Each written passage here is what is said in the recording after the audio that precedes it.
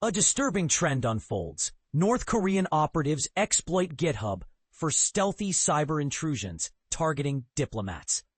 In a shocking revelation, North Korean cybercriminals have been orchestrating a sophisticated cyber espionage campaign against diplomatic missions in South Korea from March to July 2025. This audacious operation involved a series of at least 19 highly targeted spear-phishing emails, meticulously designed to impersonate genuine diplomatic contacts. The aim? To ensnare unsuspecting embassy staff and foreign ministry employees with enticing invitations to meetings, official letters, and events. But here's where it gets controversial.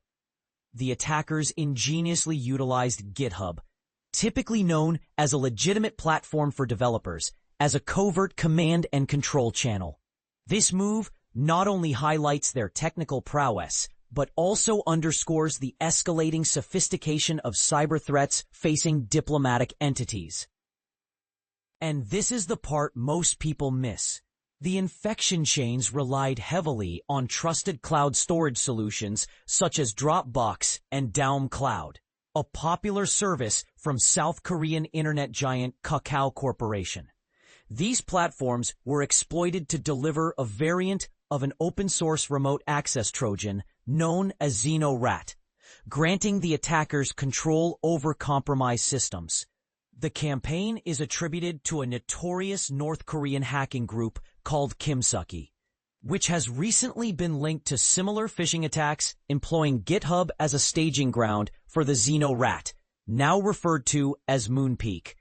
Despite similarities in infrastructure and tactics, intriguing indicators suggest a possible involvement of China-based operatives, adding a layer of complexity to the investigation. The email messages, according to cybersecurity experts at Trellix, were meticulously crafted to appear authentic, often mimicking real diplomats or officials. The recipients were lured into opening malicious zip files, protected by passwords, hosted on cloud storage platforms like Dropbox, Google Drive, or Daum. These messages were written in various languages, including Korean, English, Persian, Arabic, French, and Russian, showcasing the global reach of the operation. The spear-phishing content was meticulously created to mirror legitimate diplomatic communication, Trellix noted. Numerous emails featured official signatures, diplomatic jargon, and references to real-world events such as summits, forums, and meetings. The attackers impersonated trusted entities like embassies, ministries, and international organizations, a tactic long associated with Kimsuky. By aligning their lures with actual diplomatic events, they significantly enhanced the credibility of their operation. Housed within the zip archive was a Windows shortcut, LNK, disguised as a PDF document. Executing this shortcut triggered the execution of PowerShell code, which in turn ran an embedded payload. This payload then reached out to GitHub to fetch next-stage malware and established persistence through scheduled tasks. Simultaneously, a decoy document was displayed to distract the victims. The script was engineered to gather system information and exfiltrate it to a private GitHub repository controlled by the attackers. It also retrieved additional payloads by parsing the contents of a text file, onf.txt, stored in the repository to extract the Dropbox URL hosting the MoonPeak Trojan.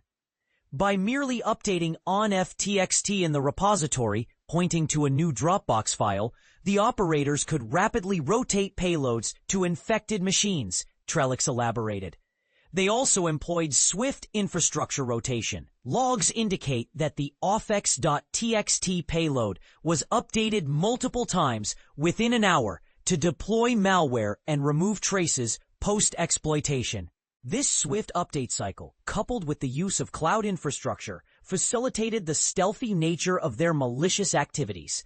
An intriguing discovery by the cybersecurity firm's time-based analysis of the attacker's activity points to a significant origin from a time zone consistent with China, with a smaller fraction aligning with the Koreas, adding to the mystery a precise 3-day halt. was observed coinciding with Chinese national holidays in early April 2025, but not during North or South Korean holidays. This raises the possibility that the campaign, reflecting Chinese operational patterns while pursuing objectives aligned with North Korea, might be the outcome of North Korean operatives conducting operations from Chinese territory, a Chinese Advanced Persistent Threat (APT) group emulating Kimsuky techniques, a collaborative endeavor utilizing Chinese resources for North Korean intelligence collection. Given the frequent presence of North Korean cyber actors in China and Russia, as evidenced in the case of the Remote Information Technology (IT) worker fraud scheme, Trellix expressed medium confidence that the perpetrators are either operating from China or possess cultural ties to the region.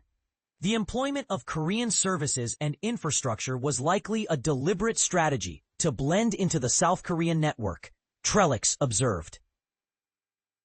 It is a recognized Kimsuky characteristic to operate from Chinese and Russian IP spaces while targeting South Korea, frequently employing Korean services to disguise their traffic as benign.